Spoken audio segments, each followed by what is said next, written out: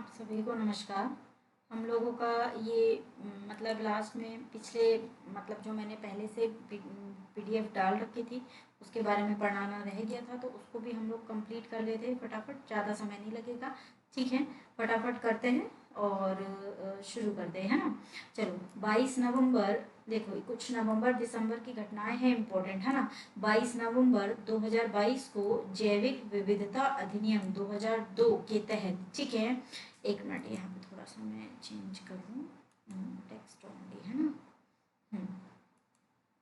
चलिएगा, हाँ हो गया।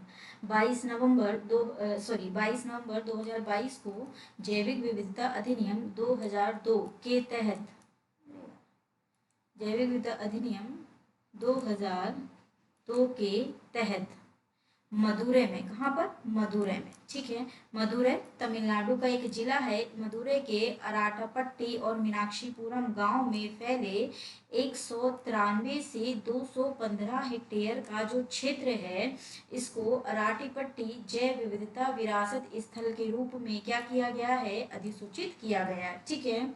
कौन सा क्षेत्र है, तमिलनाडु का अराटीपट्टी और क्या है आपका मीनाक्षीपुरम, ठीक है। ये जो दो गांव हैं इनके 115 से ये थोड़ा सा वो लग रहा है मुझे, है ना।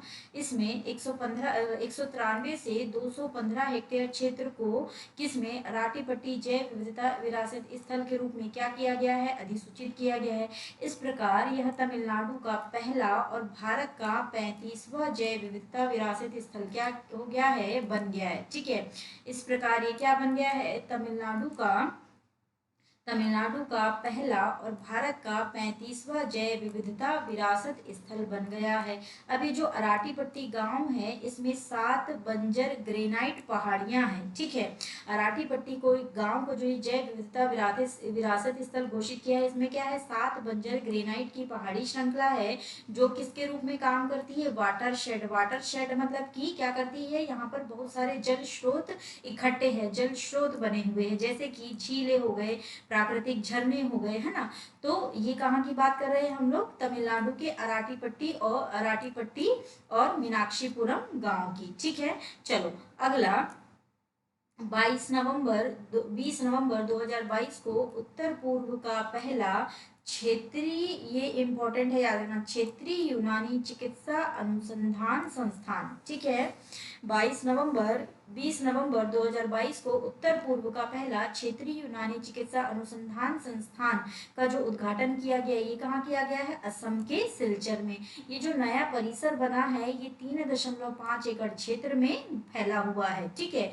कहाँ का, उत्तर पूर्व का पहला क्षेत्रीय यूनानी चिकित्सा अनुसंधान संस्थान, कहाँ पर, असम के सिलचर में, ठीक है। अगला, देश से लुप्त हो गए चीतों को भारत में 70 साल बाद नामीबिया से लाकर कहाँ रखा गया है, मध्य प्रदेश की कूनू वाइल्ड लाइफ सेंचुरी में रखा गया है। कब लाया गया, तो 17 सितंबर 2022 को। कुल कितने चीते, कुल 8 चीते किस विमान से आए, तो मालवाहक विमान बोइंग 747 से ये आए हैं। इसके अलावा मध्य प्रदेश में दुर्गावती टाइगर रिजर्व नामक एक नया बाघ अभ्यारण्य खोला जा रहा है। कहाँ पर, मध्य प्रदेश में दुर्गावती टाइगर रिजर्व नामक एक नया बाघ अभ्यारण्य बनाया जा रहा है, ठीक है। ये जो टाइगर रिजर्व है ये पन्ना टाइगर रिजर्व में बाघों की मेजबानी करेगा, मतलब पन्ना टाइगर रिजर्व के जो बाघ है उनको यहाँ पर दुर्गावती टाइगर रिजर्व में क्या किया जाएगा, ट्रांसफर किया जाएगा। इसलिए किया जाएगा क्योंकि जो पन्ना टाइगर रिजर्व है इसका 1/4 हिस्सा किसके कारण, केन बेतवा लिंक प्रोजेक्ट के कारण क्या हो जाएगा, जलमग्न हो जाएगा। और मैंने आप लोगों को ज्योग्राफी में केन बेतवा लिंक के बारे में पूरा बताया भी है, ठीक है। केन बेतवा लिंक के बारे में पूरा हमने पढ़ा भी है। तो उसी के कारण इसका 1/4 हिस्सा किसका, पन्ना टाइगर रिजर्व का क्या हो जाने वाला है, जलमग्न हो जाने वाला है। इसलिए यहाँ के जो जीव है खास करके बाघ के लिए संकट उत्पन्न हो जाएगा, तो उनको कहाँ ट्रांसफर किया जाएगा, दुर्गावती टाइगर रिजर्व। इस कारण ये जो दुर्गावती टाइगर रिजर्व बन रहा है ये मध्य प्रदेश के सागर के नौरादेही और नरसिंहपुर के दुर्गावती अभ्यारण्यों को मिलाकर टाइगर रिजर्व बनाया जा रहा है। इसके अलावा केन बेतवा लिंक की बात की जाए तो केन बेतवा लिंक परियोजना के लिए केंद्रीय बजट 2022-23 में 44,605 करोड़ रुपए आवंटित किए गए हैं। और इससे जो ये लिंक है, लिंक परियोजना है केन बेतवा लिंक परियोजना, इससे 130 मेगावाट जल विद्युत और 27 मेगावाट सौर ऊर्जा का क्या किया जाएगा, उत्पादन किया जाएगा। ये डाटा याद रखिएगा। केन बेतवा लिंक परियोजना केंद्रीय बजट 2022-23 में इसके लिए कितने करोड़ रुपए आवंटित किए गए तो 44,605 करोड़ रुपए और 103 मेगावाट इससे जल विद्युत उत्पादित की जाएगी, क्योंकि पावर हाउस लगाए जा रहे हैं यहाँ पर 2, है ना। और इसके अलावा 27 मेगावाट सौर ऊर्जा का उत्पादन किया जाएगा। अगला, भारत को 2023 से 25 के कार्यकाल हेतु इंटरनेशनल इलेक्ट्रोटेक्निकल कमीशन आईईसी का क्या बनाया गया है, उपाध्यक्ष बनाया गया है। ठीक है, क्या बोल रहा है, भारत को 2035 से 23 से 25 के कार्यकाल हेतु इंटरनेशनल इलेक्ट्रोटेक्निकल कमीशन आईईसी का उपाध्यक्ष और स्ट्रेटेजिक मैनेजमेंट बोर्ड का क्या चुना गया है, अध्यक्ष चुना गया है। ठीक है, उपाध्यक्ष कहाँ का बना है, इंटरनेशनल इलेक्ट्रोटेक्निकल कमीशन का उपाध्यक्ष बना है और स्ट्रेटेजिक मैनेजमेंट बोर्ड का क्या चुना गया है, अध्यक्ष। अब ये जो आईईसी है, इंटरनेशनल इलेक्ट्रोटेक्निकल जो कमीशन है, ये सभी इलेक्ट्रिकल, इलेक्ट्रॉन और संबंधित प्रौद्योगिकियों के लिए अंतर्राष्ट्रीय मानक निकाय है। और ये एसबीएम क्या है, तो एसबीएम प्रौद्योगिकी नीतिगत मामलों के लिए जिम्मेदार आईसीसी का शीर्ष संचालक निकाय है। ठीक है, अगला देखेंगे तो अगला है आपका तमिलनाडु में 8 नवंबर 2022 को कावेरी साउथ वन्य जीव अभ्यारण्य के रूप में कृष्णगिरी और धर्मपुरी, किसको, कृष्णगिरी और धर्मपुरी के आरक्षित, कृष्णगिरी, एक मिनट इसका दूसरा लेते हैं, इसको देखते भला करके, इससे अच्छा आता है क्या, है ना।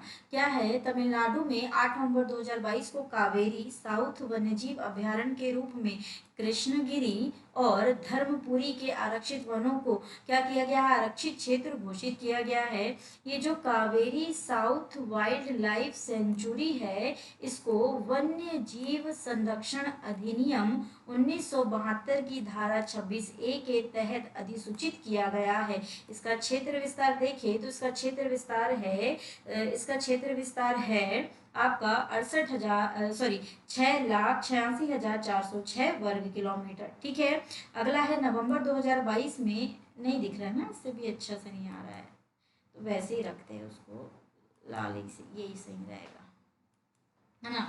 नवंबर 2022 में लंदन में आयोजित वर्ल्ड ट्रैवल मार्ट, ठीक है, नवंबर 2022 में लंदन में आयोजित वर्ल्ड ट्रैवल मार्ट में केरल टूरिज्म ने रिस्पॉन्सिबल टूरिज्म ग्लोबल अवार्ड जीता। रिस्पॉन्सिबल टूरिज्म ग्लोबल अवार्ड किसको मिला है, इंपॉर्टेंट है ये याद रखना, किसको मिला है, तो ये केरल को मिला है। ठीक है, लंदन में आयोजित हुई थी वर्ल्ड ट्रैवल मार्ट, इसमें केरल टूरिज्म को रिस्पॉन्सिबल टूरिज्म ग्लोबल अवार्ड से सम्मानित किया गया है।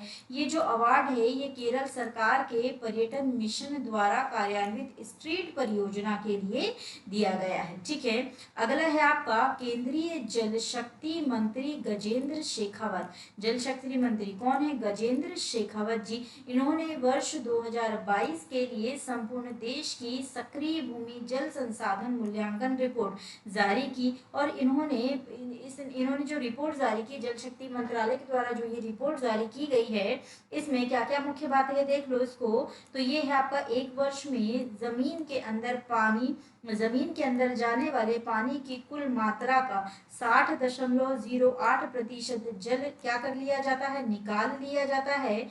कुल वार्षिक भूमि जल रिचार्ज 437.60 अरब घन मीटर है तथा संपूर्ण देश में वार्षिक रूप से 239.16 अरब घन मीटर जल क्या किया जाता है, निकाल लिया जाता है। इसके अलावा 1006 इकाइयां किसकी श्रेणी में है, अतिदोहन की श्रेणी में। हालांकि बहुत हैवी डाटा आपको याद नहीं रखना है, बस ये पहला डाटा आप थोड़ा याद रख सकते हैं, एक बार पढ़ लेंगे, हल्का फुल्का ध्यान रहेगा, अगर कुछ आएगा तो बन जाएगा, है ना।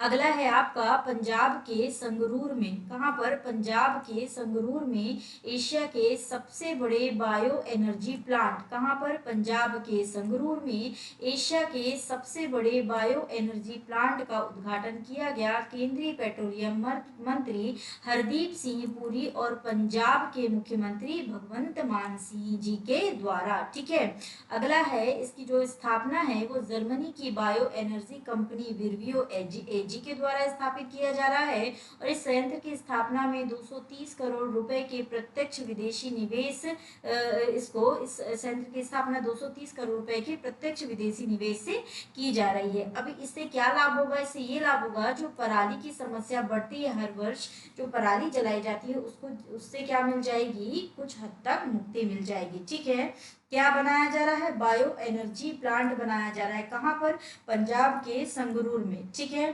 किसके द्वारा, जर्मनी की बायो एनर्जी कंपनी विर्वियो एजी के द्वारा। ठीक, चलेगा। अभी मैं रिकॉर्ड तब कर रही हूँ क्लास जब अभी 2 बजे है, रात के 2 बजे है। ठीक है, जब मूड हुआ तभी बैठ गई मैं।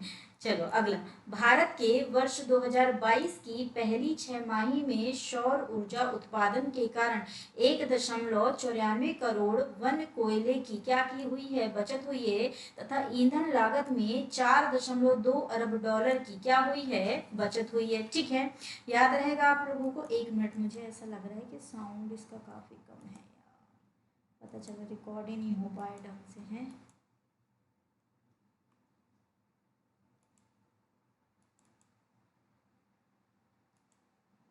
नहीं, ठीक है, कोई दिक्कत नहीं है साउंड में।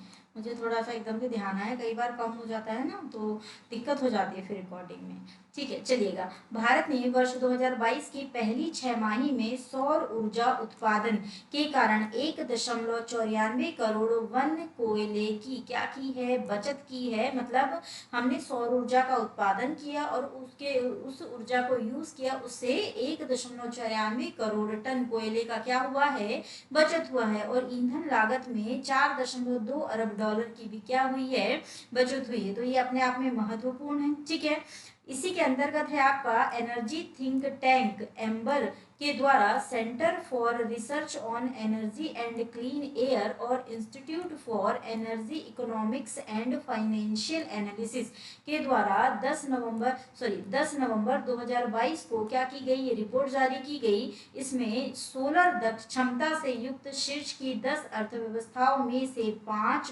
5वें स्थान पर है आपका भारत, पहले स्थान पर है चीन, दूसरे पे जापान, तीसरे पे दक्षिण कोरिया और चौथे पे क्या है, वियतनाम। और 5वें स्थान पर क्या है आपका, तो है 5वें स्थान पर भारत। किससे युक्त, सोलर क्षमता से युक्त शीर्ष 10 अर्थव्यवस्थाओं में से भारत कौन से स्थान पर है, 5वें स्थान पर। इसका प्रमाण क्या, यही कि हमने वर्ष 2022 की पहली 6 माही में ही सौर ऊर्जा उत्पादन के कारण कितने टन की बचत की है कोयले की, तो 1.94 करोड़ टन के कोयले की क्या कर ली है, बचत कर ली है। और ईंधन लागत में कितने पैसे बचाया है, 4.2 अरब डॉलर की बचत की है। ठीक है, अगला, केंद्रीय विज्ञान प्रौद्योगिकी मंत्री जितेंद्र सिंह ने 10 नवंबर 2022 को क्षेत्रीय जैव प्रौद्योगिकी केंद्र फरीदाबाद, याद रखना, क्षेत्रीय जैव प्रौद्योगिकी केंद्र फरीदाबाद में भारतीय जैविक डाटा बैंक की क्या की है, स्थापना की है। भारतीय जैविक डाटा बैंक को भारतीय जैविक डाटा केंद्र के रूप में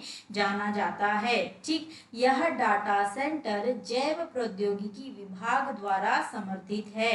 इसमें डिजिटल डाटा को बाह्य नामक 4 पेटाबाइट क्षमता वाले सुपर कंप्यूटर पे क्या किया जाएगा, संग्रहित किया जाएगा। और 1 पेटाबाइट बराबर होता है 10 लाख गीगाबाइट के। ठीक है, अगला, स्वच्छ सर्वेक्षण रिपोर्ट 2022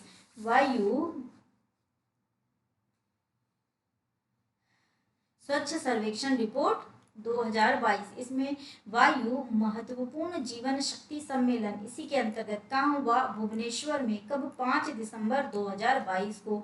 इसमें जो स्वच्छ सर्वेक्षण आया, इसमें 10 लाख से अधिक आबादी वाले शहर में पहला स्थान है लखनऊ का, याद रखिएगा।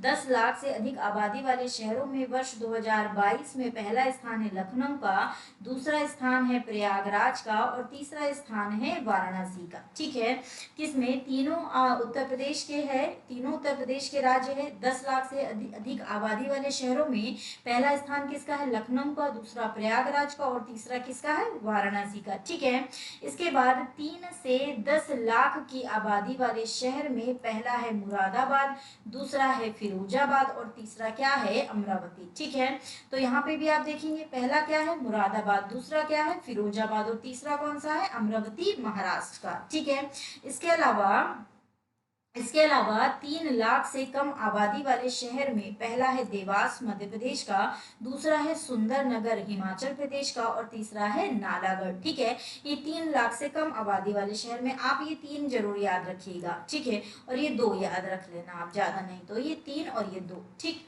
इसके अलावा अगला देखेंगे, मिस्र में COP 27 शिखर सम्मेलन के दौरान यूएई और इंडोनेशिया ने मैंग्रोव परितंत्र के संरक्षण में बहाली हेतु मैंग्रोव गठबंधन की क्या की है? घोषणा की है। और किसमें? COP 27। अब सम्मेलन कहाँ हुआ? मिस्र में हुआ था। ठीक है, इसी के दौरान यूएई और इंडोनेशिया ने मैंग्रोव परितंत्र में के संरक्षण की बहाली हेतु मैंग्रोव गठबंधन की क्या की? घोषणा की, जिसमें भारत भी क्या हो गया है? शामिल हो गया है।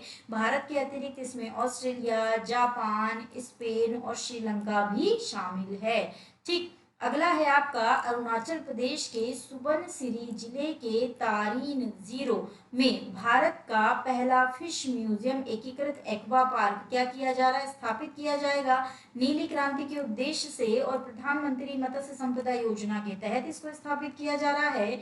वर्तमान में ट्रेन फिश फार्म है जो यहाँ पे ऊंचाई वाले आपके मुल्ला गांव में स्थित है और इसी को एकीकृत एक्वा पार्क के रूप में क्या किया जा रहा है? अपग्रेड किया जा रहा है। ठीक है, वर्तमान में ये जो एक्वा पार्क है किस नाम से चल रहा है? Train fish farm. ये ऊंचाई वाले बुल्ला गांव में है अरुणाचल प्रदेश के, और इसी का नाम चेंज करके और इसी को थोड़ा सा परिवर्तित करके किस में चेंज किया जा रहा है? म्यूजियम में, यानी एक्वा पार्क में चेंज किया जा रहा है। ठीक है, अगला है 26 दिसंबर 2022 को गुरु गोविंद सिंह जी के पुत्र साहिबजादे जोरावर सिंह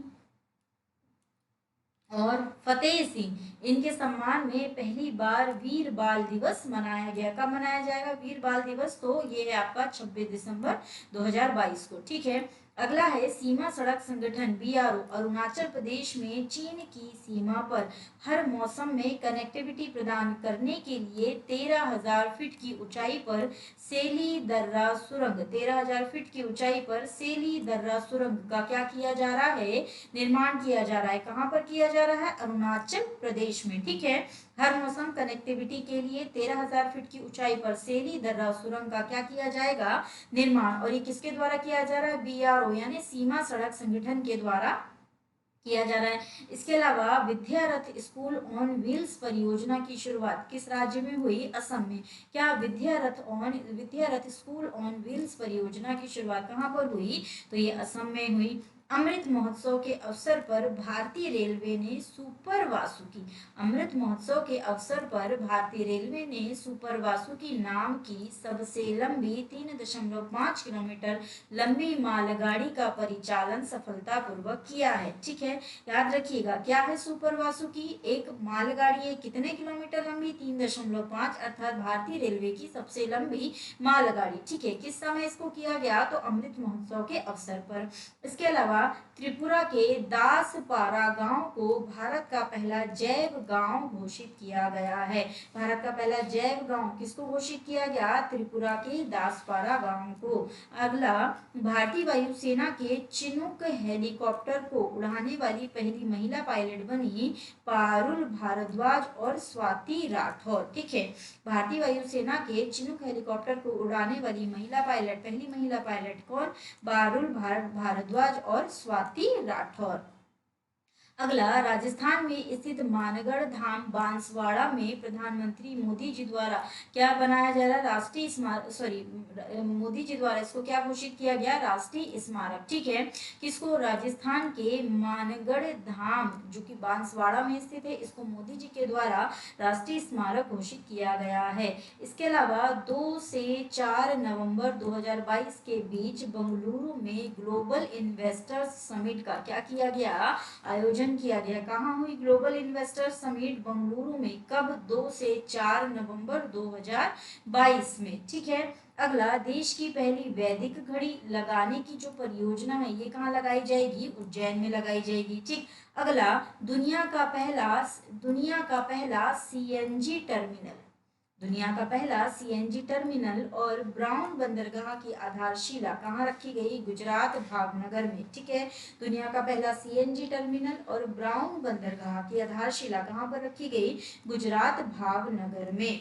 अगला, स्वतंत्र भारत के प्रथम मतदाता, इनका नाम है श्याम शरण नेगी जी। इनका क्या हो गया है? तो इनका निधन हो गया है। अगला, 4 नवंबर 2022 को राष्ट्रीय अनुसूचित जनजाति आयोग ने पहाड़ी जनजातीय समूह, पादरी जनजाति, कोली और गड्डा ब्राह्मण जाति समूह को अनुसूचित जनजातियों में शामिल करने की क्या प्रदान कर दी है? मंजूरी। ठीक है। कब? 4 नवंबर 2022 राष्ट्रीय अनुसूचित जनजाति आयोग ने पहाड़ी जनजाति समूह और पादरी जनजाति, कोली और गड्डा ब्राह्मण जनजाति समूह को किसमें? अनुसूचित जनजातियों में शामिल करने की क्या की है? मंजूरी प्रदान कर दी है। अगला है, शिक्षा मंत्रालय द्वारा जारी परफॉर्मिंग ग्रेड इंडेक्स 2020-21 में शीर्ष स्थान पर है। पहले स्थान पर है केरल, दूसरे स्थान पर है महाराष्ट्र और तीसरे स्थान पर क्या है? पंजाब। याद रखिएगा, शिक्षा मंत्रालय द्वारा परफॉर्मिंग ग्रेड इंडेक्स 2020-21 में शीर्ष पर है केरल, दूसरे नंबर पर महाराष्ट्र और तीसरे नंबर पर क्या है? पंजाब। ठीक। अगला, केंद्रीय शिक्षा मंत्रालय ने 15 नवंबर 2022 केंद्रीय शिक्षा मंत्रालय ने 15 नवंबर 2022 को स्कूल और उच्च शिक्षा संस्थानों में जनजातीय गौरव दिवस के रूप में क्या की है? मनाने की घोषणा की। अब से 15 नवंबर को प्रतिवर्ष किस रूप में मनाया जाएगा? जनजातीय गौरव दिवस के रूप में मनाया जाएगा। महिलाओं के सशक्तिकरण हेतु लखपत दीदी परियोजना शुरू की गई है। ये शुरू की गई है उत्तराखंड में। ठीक है। महिलाओं के सशक्तिकरण के लिए लखपत दीदी परियोजना किसमें शुरू की गई? उत्तराखंड ने शुरू की। अगला, उत्तर भारत के पहले स्केल डाटा सेंटर का लोकार्पण कहाँ किया गया? उत्तर प्रदेश के ग्रेटर नोएडा में। उत्तर प्रदेश के ग्रेटर नोएडा में नॉलेज पार्क 5 के तहत किया गया। उत्तर भारत के पहले हाइपर स्केल डाटा सेंटर का लोकार्पण उत्तर प्रदेश के ग्रेटर नोएडा के बेरिज पार्क 5 के नॉलेज पार्क 5 के अंतर्गत किया गया। योटा डाटा सेंटर के पहले टावर, क्या इसी के अंतर्गत है ना? योटा डाटा सेंटर के पहले टावर योटा D1 का भी लोकार्पण किया गया। योटा D1 हीरानंदानी ग्रुप के द्वारा बनाया गया है। लागत लगी है 5000 करोड़। इसको 20 एकड़ में फैले इस डाटा सेंटर पार्क में कुल 6 डाटा सेंटर होंगे और 7 मंजिला योटा D1 इस कड़ी का पहला भाग होगा। याद रखना है ना। अगला है, कोचीन शिपयार्ड ने उत्तर प्रदेश में वाराणसी के लिए देश का पहला हाइड्रोजन ईंधन सेल कैटरमेन पोत बनाने हेतु भारतीय अंतर्देशीय जलमार्ग प्राधिकरण के साथ क्या किया है? समझौता किया है। कहाँ? किसने? कोचीन शिपयार्ड ने। किसके साथ? उत्तर प्रदेश के साथ। कहाँ पर? यूपी में। तो यूपी के वाराणसी के लिए देश का पहला क्या बनाया जाएगा? हाइड्रोजन ईंधन सेल कैटरमैन पोत बनाया जाएगा। ठीक है। इसको बनाने के लिए भारतीय अंतर्देशीय जलमार्ग प्राधिकरण के साथ क्या किया गया है? समझौता किया गया है। ठीक है। यूपी के लिए 6 इलेक्ट्रिक कैटरमैन जहाज, यूपी के लिए 6 इलेक्ट्रिक कैटरमैन जहाज और गुवाहाटी के लिए 2 जहाजों के निर्माण हेतु क्या हुआ है? समझौता हुआ है। ठीक है। याद रहेगा, उत्तर प्रदेश के लिए 6 इलेक्ट्रिक कैटरमैन जहाज और गुवाहाटी के लिए 2 जहाजों के निर्माण हेतु क्या हुआ है? समझौता। अगला देखते हैं, AIPH world green city award Bharat के हैदराबाद शहर को प्राप्त हुआ है। ग्रीन सिटी अवार्ड किसको प्राप्त हुआ है? हैदराबाद को प्राप्त हुआ है। हैदराबाद को कुल 6 श्रेणियों में यह ग्रीन सिटी अवार्ड मिला है, वर्ल्ड ग्रीन सिटी अवार्ड मिला है। पहला क्षेत्र है या पहली श्रेणी है living green for economy recovery and inclusive growth. दूसरा है लिविंग ग्रीन ऑन बायोडाइवर्सिटी। तीसरा है living green for climate change. चौथा है living green for health and wellbeing. Living, पांचवा है लिविंग ग्रीन फॉर वाटर और छठवा है living green for social cohesion. ठीक है, तो इन 6 श्रेणियों के लिए हैदराबाद को वर्ल्ड ग्रीन सिटी अवार्ड घोषित किया है, या शहर का जो दर्जा है वो प्राप्त हुआ है। ठीक है, अगला है राज्यों और केंद्र शासित प्रदेशों के प्रदर्शन श्रेणी सूचकांक पर स्कूली शिक्षा और साक्षरता विभाग शिक्षा मंत्रालय द्वारा 3 नवंबर को 2020-21 के लिए एक रिपोर्ट जारी की गई है। इसमें पीजीआई संरचना के लिए 70 संकेतकों में 1000 अंक शामिल किए गए हैं। इन्हें 2 श्रेणियों में बांटा गया है, एक है परिणाम और एक है शासन प्रबंधन। ठीक है, इसमें देखेंगे तो राज्य और केंद्र शासित प्रदेशों को 10 श्रेणियों में विभाजित किया गया है, जिसमें जो श्रेणी 1 है इसमें 950 से अधिक अंक किसी भी स्थान ने प्राप्त नहीं किया। जो श्रेणी 2 है इसमें 901 से 950 अंक के मध्य रहने वाले, पहला है आपका केरल, दूसरा पंजाब, तीसरा चंडीगढ़, चौथा महाराष्ट्र, पांचवा गुजरात, छठा राजस्थान और सातवां क्या है आंध्र प्रदेश। ये किससे किसके बीच है? 901 से 950 के बीच। कौन कौन से? पहला तो है केरल, बिल्कुल रट डालना, याद कर लेना। पहला क्या है? केरल, फिर है पंजाब, फिर चंडीगढ़, फिर महाराष्ट्र, फिर गुजरात, फिर राजस्थान और आंध्र प्रदेश। इनको हल्का फुल्का याद रखना। इसके अलावा यूपी का याद रखना, तो उत्तर प्रदेश को श्रेणी 3 में शामिल किया है, यानी यूपी का जो स्कोर होगा वो 901 से भी क्या होगा? कम होगा। ठीक है, तो यूपी श्रेणी 3 में शामिल है। किसके अंतर्गत? किसके अंतर्गत? किस सूचकांक के अंतर्गत? तो प्रदर्शन श्रेणी सूचकांक के अंतर्गत। ठीक है, अगला है दक्षिण भारत की पहली वंदे भारत ट्रेन शुरू की गई बंगलुरु के क्रांतिवीर सांगोली रेलवे स्टेशन से। ठीक है, दक्षिण भारत की याद रखना, दक्षिण भारत की पहली वंदे भारत ट्रेन बंगलुरु के क्रांतिवीर सांगोली रेलवे स्टेशन पर मैसूर से चेन्नई मार्ग, कहां से कहां के लिए? मैसूर से चेन्नई मार्ग पर पीएम मोदी जी के द्वारा 11 नवंबर को हरी झंडी दिखाई गई। दक्षिण में भारत की 5वीं वंदे भारत ट्रेन और पहली सेमी हाई स्पीड ट्रेन है। ठीक है, पहली सेमी हाई स्पीड ट्रेन है। अगला वंदे भारत एक्सप्रेस ट्रेन स्वदेशी रूप से विकसित एक उन्नत संस्करण है। और याद रखना 1 अप्रैल को भी आपके भोपाल से दिल्ली के लिए, है ना, हबीबगंज, भोपाल के हबीबगंज स्टेशन से दिल्ली के लिए भी वंदे भारत ट्रेन शुरू की गई है। ठीक है, वंदे भारत एक्सप्रेस ट्रेन स्वदेशी रूप से विकसित एक उन्नत संस्करण है। अगला है आपका प्रधानमंत्री ने कर्नाटक के मदुरई विभाग द्वारा संचालित भारत गौरव काशी दर्शन ट्रेन, क्या नाम है? भारत गौरव काशी दर्शन ट्रेन को भी क्या दिखाई है? हरी झंडी दिखाई है, जो रेलवे की भारत गौरव नीति के तहत है। भारत गौरव नीति के तहत कहाँ पर? तो भारत गौरव नीति के तहत कर्नाटक में। वंदे भारत कहाँ पर? तो बंगलुरु में, मैसूर से कहाँ के लिए? चेन्नई के लिए। ठीक है, 5वीं वंदे भारत ट्रेन। प्रधानमंत्री ने श्रीलंका के मदुरई विभाग द्वारा संचालित भारत गौरव काशी दर्शन ट्रेन को हरी झंडी दिखाई। कहां से भारत गौरव ट्रेन को? कर्नाटक से। याद रखना इस बात को, है ना।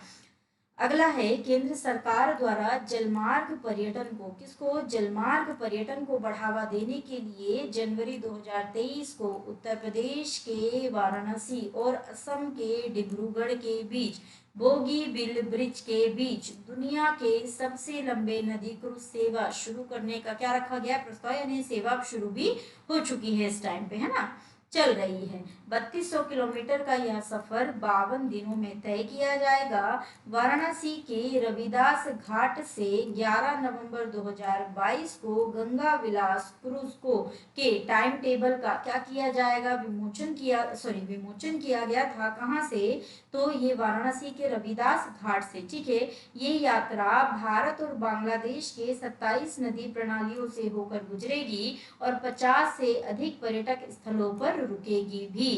वाराणसी में ये वाराणसी से चलेगी तो 8वें दिन ये पटना पहुंचेगी, 20वें दिन ये कोलकाता पहुंचेगी, बांग्लादेश में कुल 15 दिन रहेगी, उसके बाद ये कहाँ पहुंचेगी, असम में। ठीक है। अगला, गंगा विलास भारत में निर्मित पहला जलयान है। कौन? गंगा विलास भारत में निर्मित क्या है, पहला जलयान है, तथा यह दुनिया में जहाज द्वारा सबसे लंबी यात्रा होगी। जहाज के द्वारा सबसे लंबी यात्रा ये दुनिया में पहली बार होगी। ये जो गंगा विलास क्रूज है, इसकी कुल लंबाई है 62.5 मीटर, चौड़ाई है 12.8 मीटर, ड्राफ्ट है 1.35 मीटर, ड्राफ्ट 1.35 मीटर का होगा, और कुल 18 स्वीट्स इसके अंदर बनाए गए हैं, मतलब रहने के कमरे इसके अंतर्गत बनाए गए हैं। ठीक है। अगला है 12 अक्टूबर 2022 को मुख्यमंत्री योगी आदित्यनाथ जी ने अयोध्या में स्वामी रामानुजाचार्य की प्रतिमा स्टेच्यू ऑफ डिग्निटी या मर्यादा मूर्ति का क्या किया है, अनावरण किया है। ठीक है। याद रखना 12 अक्टूबर 2022 मुख्यमंत्री योगी आदित्यनाथ ने अयोध्या में स्वामी रामानुजाचार्य की प्रतिमा स्टेच्यू ऑफ डिग्निटी मर्यादा मूर्ति का क्या किया है, अनावरण किया। अगला, राजस्थान के राजसमंद के बायद्वार में विश्व की सबसे बड़ी शिव प्रतिमा का लोकार्पण किया गया, जिसकी ऊंचाई है 369 फुट। प्रतिमा का नाम विश्वास स्वरूपम, निर्माण 10 वर्ष की अवधि में होगा। कहां पर? राजस्थान के राजसमंद में, बायद्वार में। ठीक है। विश्व की सबसे बड़ी शिव प्रतिमा का लोकार्पण किया गया, ऊंचाई है 369 फुट और प्रतिमा का नाम है विश्वास स्वरूपम, निर्माण 10 वर्ष की अवधि में हुआ। ठीक है। अगला है 11 नवंबर 2022 को बंगलुरु में नाद प्रभु कैपगौड़ा की 108 फीट की ऊंची कांस्य प्रतिमा का क्या किया गया, अनावरण किया गया। कब? 11 नवंबर 2022 को। कहां पर? तो बंगलुरु में। नाद प्रभु कैपगौड़ा, क्या नाम है, नाद प्रभु कैपगौड़ा की इनकी क्या बनाई गई, 108 फीट ऊंची कांस्य प्रतिमा का अनावरण किया गया। इसे स्टैच्यू ऑफ प्रॉस्पेरिटी नाम दिया गया। नाथ प्रभु कैपगौड़ा की इस प्रतिमा को Guinness book of world record में भी दर्जा दिया गया है। निर्माण किया इसका रामवी सुतार, स्टैच्यू ऑफ यूनिटी का जिन्होंने निर्माण किया था, और संयुक्त राष्ट्र में जो गांधी जी की प्रतिमा लगी है उसका भी निर्माण रामवी सुतार जी के द्वारा ही किया गया है ना। इन्होंने 98 टन कांस्य और 120 टन स्टील का प्रयोग किया है इसको तैयार निर्मित करने के लिए। ठीक है। इसके अलावा इसी समय कैपगौड़ा एयरपोर्ट के टर्मिनल 2 का भी उद्घाटन किया गया, किसके द्वारा? प्रधानमंत्री मोदी जी के द्वारा। अगला, यूनेस्को के international union of geological, UNESCO के international union of geological sciences international union of geological sciences IUGS ने मेघालय के पूर्वी खासी हिल्स जिले के, कहां पर? मेघालय के पूर्वी खासी हिल्स जिले के सोहरा में, सोहरा कहाँ है? मेघालय के पूर्वी खासी हिल्स जिले में। ठीक है। स्थित है एक मोमलूह गुफा। इसको पहले 100 IUGS भू वैज्ञानिक विरासत स्थलों के रूप में क्या दी गई है, मान्यता दी गई है। किसके द्वारा? यूनेस्को के international union of geological sciences ने मेघालय के पूर्वी खासी हिल्स जिले के सोहरा में स्थित क्या है, मोमलूह गुफा। इस मोमलूह गुफा को पहले 100 IUGS मतलब international union of geological sciences भू वैज्ञानिक विरासत स्थलों के रूप में क्या दी है, मान्यता दी है। अगला है असमिया संस्कृति के गमोचा, याद रखना असमिया संस्कृति के गमोचा को GI टैग भी क्या किया गया है, प्रदान किया गया है। ठीक है। अगला, गमोचा क्या है? ये आयताकार सूती कपड़ा है, एक तरीके का रुमाल है, गमछा जिसको कहते हैं, है ना। लाल बॉर्डर से इसमें डिजाइन किया हुआ है। गमोचा को बिहुवन के नाम से भी जाना जाता है। अगला, भारत ने 1 दिसंबर 2022 को G20 की क्या ग्रहण कर ली है, अध्यक्षता, जो 30 नवंबर 2023 तक क्या रहेगी, जारी रहेगी। G20 2023 की थीम है वसुधैव कुटुंबकम और one earth one family one future, याद रखना, है ना। लोगो है इसका नेशनल फ्लैग से प्रेरित, जो है केसरिया, सफेद, हरा रंग तीनों शामिल है। साथ ही भारत का राष्ट्रीय पुष्प कमल 7 पंखुड़ी, और ये 7 पंखुड़ी का अर्थ क्या है, सात महाद्वीप और सात सुर, ठीक है। और इसमें देवनागरी लिपि में क्या लिखा हुआ है, भारत लिखा हुआ है, ठीक है। 1 दिसंबर 2022 G20 की अध्यक्षता ग्रहण की भारत ने। कब तक रहेगी भारत के पास ये, तो 30 नवंबर 2023 तक रहेगी। थीम क्या, वसुधैव कुटुंबकम, one earth one family one future. Logo national flag से प्रेरित केसरिया सफेद हरा रंग, साथ ही भारत का राष्ट्रीय पुष्प कमल जिसमें 7 पंखुड़ियां हैं। 7 पंखुड़ी मतलब 7 महाद्वीप और 7 सुर, ये देवनागरी लिपि में लिखे हुए हैं। अगला, भारत और जर्मनी के बीच, किसके बीच, भारत और जर्मनी के बीच वार्ता के बाद व्यापक प्रवासन और गतिशीलता साझेदारी। भारत और जर्मनी के बीच वार्ता के बाद व्यापक प्रवासन और गतिशीलता साझेदारी पर एक समझौते पर हस्ताक्षर किए गए, जिसका उद्देश्य है दोनों देशों में लोगों के लिए अनुसंधान, अध्ययन और काम के लिए यात्रा को आसान बनाना है। किसके बीच हुआ है, भारत और जर्मनी के बीच व्यापक प्रवासन और गतिशीलता साझेदारी पे समझौते पर क्या किए गए, हस्ताक्षर, ठीक है। जर्मनी भारत को विकास परियोजनाओं में 3 बिलियन यूरो का सहयोग देता है। जर्मनी भारत को विकास परियोजनाओं में कितना सहयोग देता है, तो 3 बिलियन यूरो का सहयोग देता है। अगला है, global partnership on artificial intelligence की अध्यक्षता या मेजबानी भारत को 2022-23 सत्र के लिए मिली है। किसकी, global partnership on artificial intelligence. क्या है आपका, ग्लोबल पार्टनरशिप, ये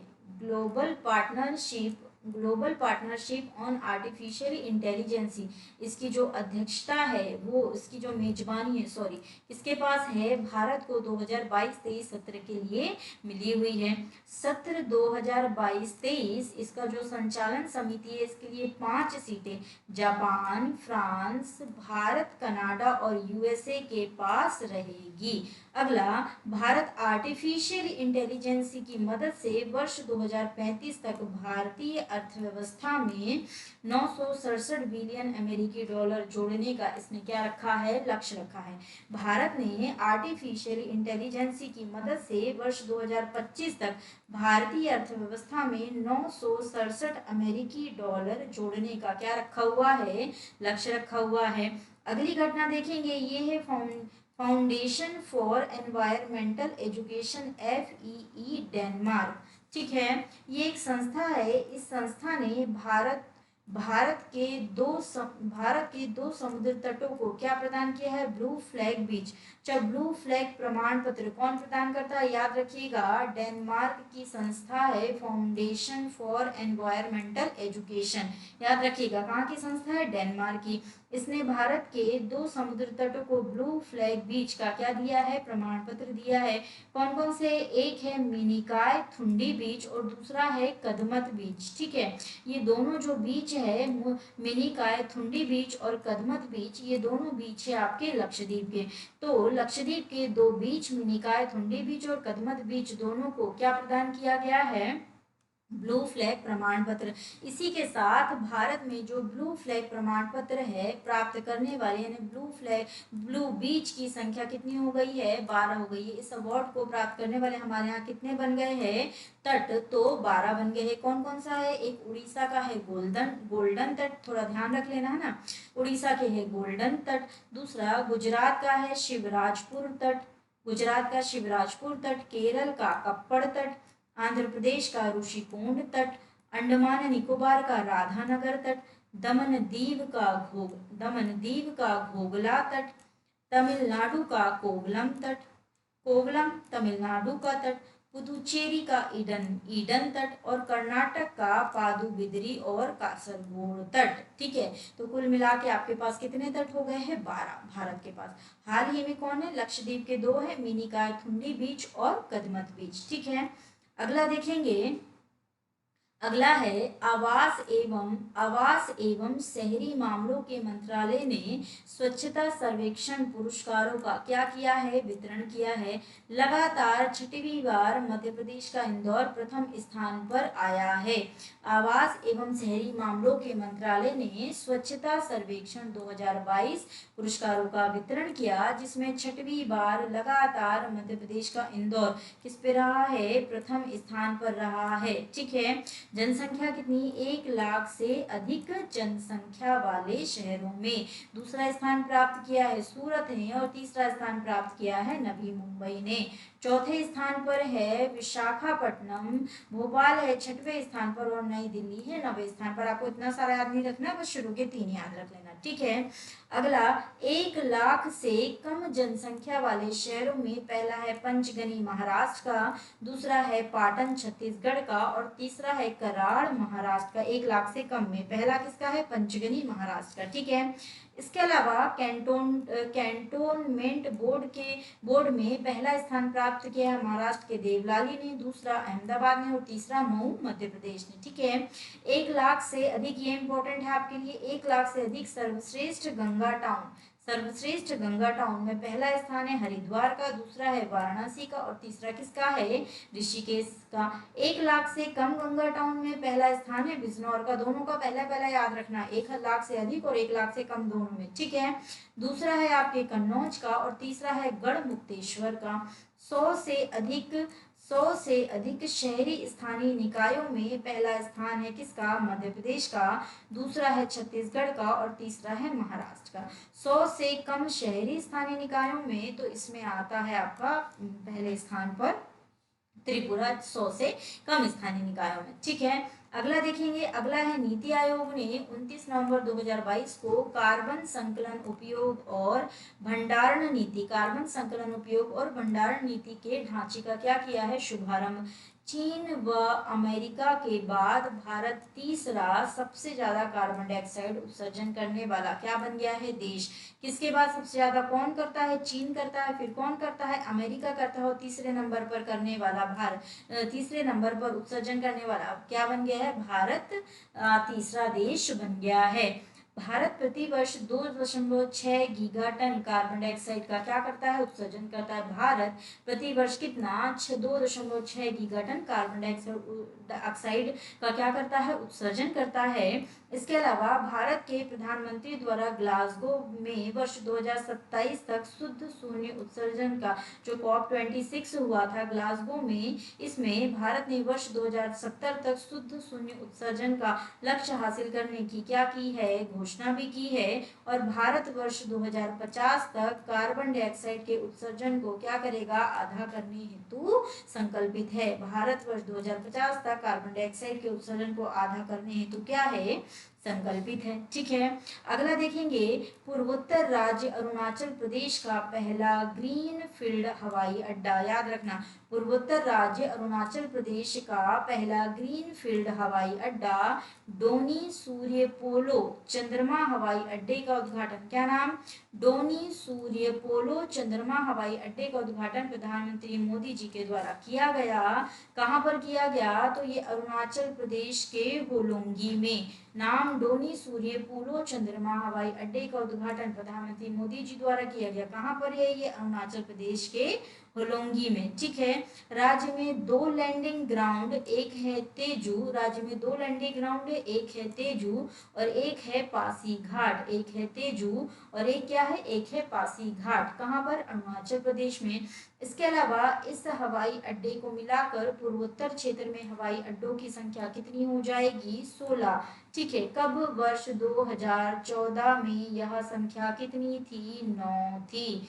वर्ष 2014 में यह संख्या कितनी थी, 9 थी। तो याद रखना, अरुणाचल प्रदेश में ये जो हवाई अड्डा बन रहा है डोनी सूर्य डोनी, सूर्य, पोलो, चंद्रमा हवाई अड्डा, इससे अब जो पूर्वोत्तर क्षेत्र है हवाई अड्डों की कुल संख्या कितनी हो गई है 16, और ये 2014 में ये संख्या कितनी थी 9। ठीक है, 2 लैंडिंग ग्राउंड है अरुणाचल प्रदेश में, कौन कौन से, एक तेजू और एक पासीघाट। ठीक है, तो आज के लिए बस इतना ही रखते हैं, बाकी का फिर मैं कल लगातार अब डेली रिकॉर्ड 1 से 2 वीडियो सुबह शाम इस तरीके से आपके सामने संभवतः 2 वीडियो डेली आते रहेंगे। ठीक है, तो आज के लिए बस इतना ही है ना।